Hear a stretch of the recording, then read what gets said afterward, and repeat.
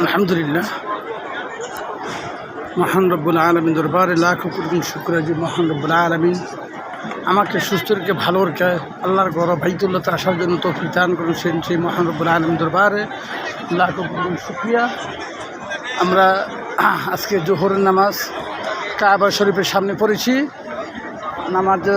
নামাজ আদায় করার পরে আলহামদুলিল্লাহ 7 পাক দিয়েছি।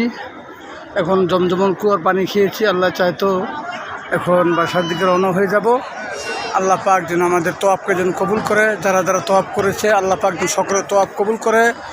যারা যারা মক্কা মদিনা আছে সকলের মনে আশার জন্য পূর্ণ করে সকলকে যেন মাফ করে দেয়। তাদের উসিলায় আল্লাহ পাক যেন আমাকে মাফ করে দেয়।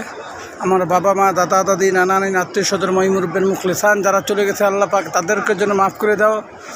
খানদান থেকে যত প্রকার আত্মীয় স্বজন চলে গেছে তাদেরকে মাফ করে দে। বিশ্বের ভিতরে যত মুসলমান আছে আল্লাহ সকল মুসলমানদেরকে মাফ করে দে।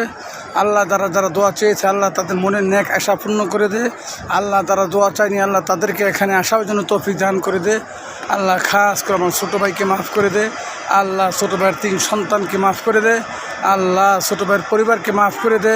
আল্লাহ বিশেষ করে আমার পরিবারকে মাফ করে দে। আল্লাহ আমার মাকে মাফ করে দে। আল্লাহ একটা সন্তান দান করেছো। আল্লাহ সন্তানের উপর খাস রহমত বরকত নাযিল করে দে। রব্বুল আলামিন আরও একটি দরকার আছে আল্লাহ আমার উসিলাতে রব্বুল আলামিন আমার আরও একটি সন্তান আল্লাহ তুই দান করে দে। আল্লাহ কাবার সামনে রেখে আল্লাহ বলিতেছে আল্লাহ তুই আমার কথা তুমি খালি হাতে ফেরত দিস না।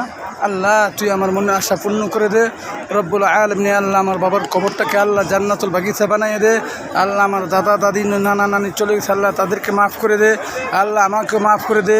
আল্লাহ যতদিন পৃথিবীতে বাঁচায় রাখে আল্লাহ ততদিন ইমান ও আমলের সঙ্গে ইজ্জতের সঙ্গে আল্লাহ দুনিয়াতে থাকার মতো তৌফিক দান করে দে। আল্লাহ যখন তুই মৃত্যু দিবে আল্লাহ মালাকুল মউত আসরাইল পাঠিয়ে দিস। আল্লাহ সেই দিন তুই আমার নসিবে আল্লাহ কালিমা শরীক করে লা ইলাহা ইল্লাল্লাহু মুহাম্মাদুর রাসূলুল্লাহ সাল্লাল্লাহু আলাইহি ওয়াসাল্লাম।